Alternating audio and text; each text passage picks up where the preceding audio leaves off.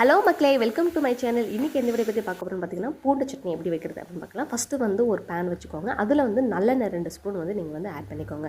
இதில் மெயின் வந்து என்ன பார்த்தீங்கன்னா பூண்டு தான் மக்களே. பூண்டு தான் வந்து அதிகமாக நீங்கள் வந்து எடுத்துக்கணும். நான் வந்து ஒரு 3 கட்டி வந்து முழு பூண்டாக வந்து எடுத்து உரிச்சு வச்சுக்கிட்டேன். இது பூண்டு உரிக்கிறது ரொம்பவே கஷ்டமாக இருந்துச்சு. நல்லா வணக்குங்க. அதுக்கப்புறம் வந்து சின்ன வெங்காயம் கொஞ்சமாக நீங்கள் வந்து ஆட் பண்ணிக்கோங்க.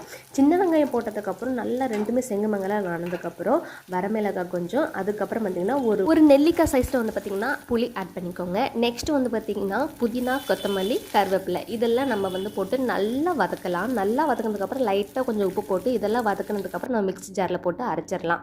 அதே பேனை வச்சு மறுபடியும் நம்ம வந்து எண்ணெய் ஊற்றிக்கலாம். எண்ணெய், கடுகு, கருவேப்பிலை இதெல்லாம் போட்டு நம்ம வந்து அரைச்சி வச்சுருக்கிறத தாளித்து விட்டுடலாம். தாளித்து விட்டதுக்கப்புறம் நல்லா கொதிக்கிட்டு மக்களே, நல்லா கொதிய விடுங்க. எண்ணெய் வந்து தனியாக பிரிஞ்சு வரணும். போக போக பார்த்திங்கன்னா கலர் வந்து சேஞ்ச் ஆகிட்டே போகும். இந்த மாதிரி ஸ்டேஜுக்கு வந்த உடனே நீங்கள் வந்து ஸ்டவ்வை ஆஃப் பண்ணிவிடுங்க. சரி, ஓகே, வாங்க இட்லிக்கு வந்து எப்படி இருக்குன்னு பார்க்கலாம். சத்தியமாக சொல்கிறேன், இட்லிக்கு வந்து வேறு லெவலில் இருக்கும். இட்லி, தோசை, சாப்பாடு எல்லாமே ஃபஸ்ட்டு சாப்பிட்லாம்.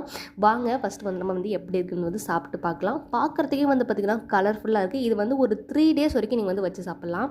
நான் சாப்பிட்ட உடனே பார்த்திங்கன்னா எனக்கு அப்படியே ஜிவ்வுன்னு ஏற ஆரம்பிச்சது. சத்தியமாக சொல்கிறேன், வேறு லெவலில் இருந்துச்சு. மறுநாள் நாங்கள் வந்து சாப்பாட்டுக்குமே இதை வந்து நான் யூஸ் பண்ணிக்கிட்டேன் மக்களே.